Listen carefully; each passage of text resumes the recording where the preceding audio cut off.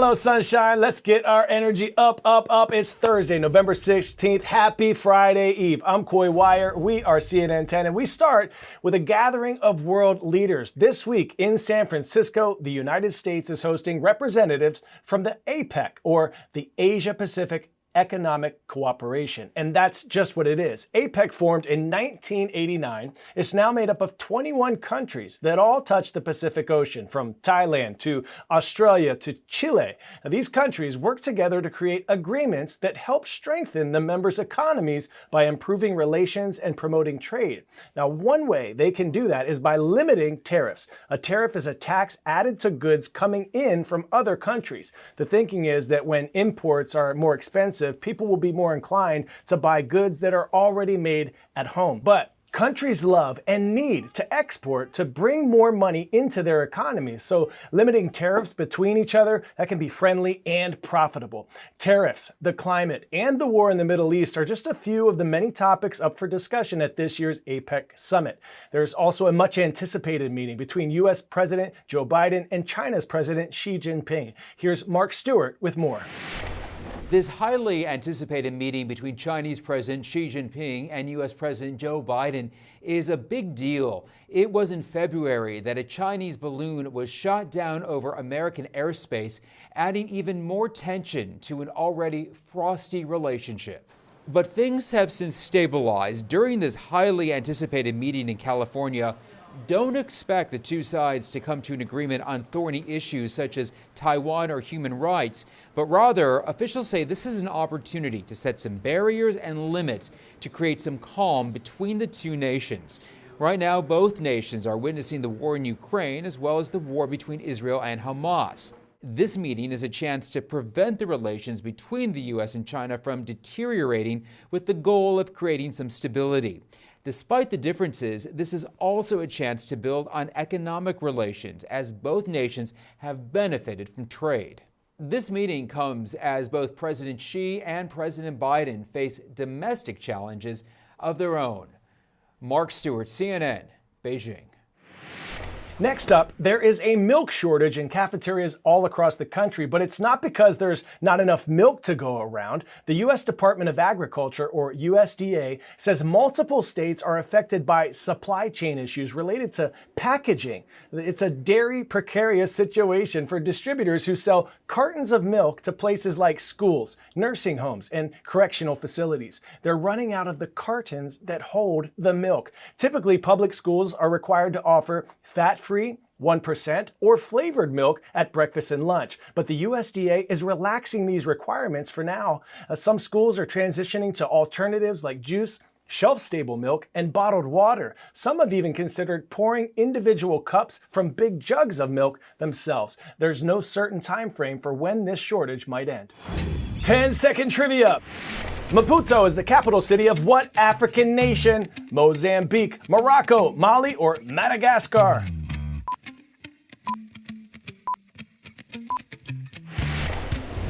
Maputo is a port city, the largest city and capital city of Mozambique. That's the correct answer here. All right, let's dive on in now to the aquamarine waters around Mozambique, considered some of the richest in the world, full of fauna and marine life. It's a hotspot for people who love to dive and for researchers looking to work with coastal sea life. The diving industry there could be a big part of the local economy by employing Mozambicans and by helping to promote sustainability. Could be, but it's not, at least not yet. Check this out. Mozambique has one of the longest coastlines in Africa, with an abundance in marine life. In some areas of the world, you can go and dive with whales, or you can go and dive with whale sharks, or you can go and dive with mantas. Here, we have it all. Making it a prime spot for divers, boosting local jobs and ocean conservation. One of the things that the diving community can do is shine a light on some of these areas, especially here in Africa, that have been so undervalued for so long. This is Mozambique's diving scene.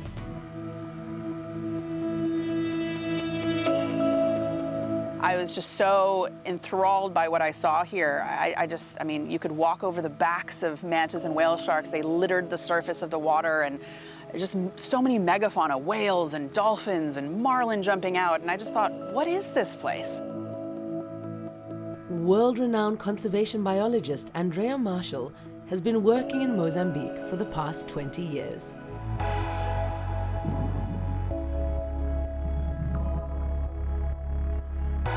I was talking to people about, these diving destinations that revolve around a single species. People will fly across the world to go to a location where you can dive with humpbacks, or people will fly across the world to go to a destination with just whale sharks. Nicknamed Queen of the Mantas for her pioneering research work on manta rays, Andrea is using her fame to highlight other endangered species and ocean habitats. Over the course of my career, I started to see that there was a lot of anthropogenic threats that were starting to creep in. We started to see a lot of influence from industrial fishing moving in, and even the artisanal fishermen that are kind of subsistence fishing along the coast started using more aggressive gears like long lines and gill nets here. And I started to see a decline in a lot of the populations of the animals that we were studying. And so I realized that when I finished my PhD, if I was to move on, that none of this information would be captured, that this conservation probably wouldn't take off here. And so for us, it meant, well, if we're going to take this journey, it might be a 40 or 50 or 60-year journey, but I'm all in. I mean, that's what I want to do, is protect this coastline. Andrea believes that a thriving dive industry will help make ocean conservation a bigger priority for local communities. Connecting people with nature is the most powerful way to be able to effectively switch that light on and make them care. One of the things I'm really excited about is the synergy that's forming here in the coastal communities between dive center operators and government, scientists, other stakeholders. Basically, everybody wants the same thing. And as the diving scene develops further, Andrea is keen for sustainability to be a priority. Tourism actually is one of the biggest threats to the environment that you can get, and it's been shown through a lot of different scientific studies.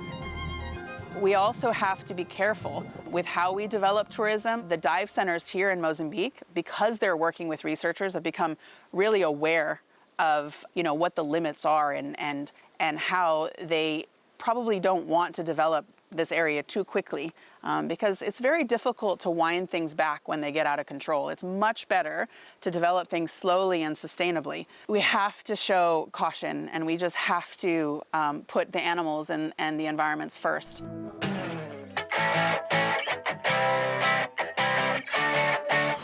For today's story, getting a 10 out of 10, we're drawing attention to the world's largest pencil collection. Aaron Bartholomew of Iowa got into his hobby of pencil collecting as a first grader, collecting everywhere from local businesses to flea markets. He even has a pencil that's 100 years old. Now, Aaron didn't know how many of them he had until he learned the Guinness World Record was 24,000. But I hope the old record wasn't written in pencil, because when Aaron put in the work of counting all of his 69,255 pencils, he became the new Guinness World Record holder. And even though his collection has already rewritten the record books, he's already in the hunt for more. Right on, Aaron. Well done. I'm more of a pen guy. Pencils are kind of sketchy. I have some puns about broken pencils, I could tell, but they're pointless.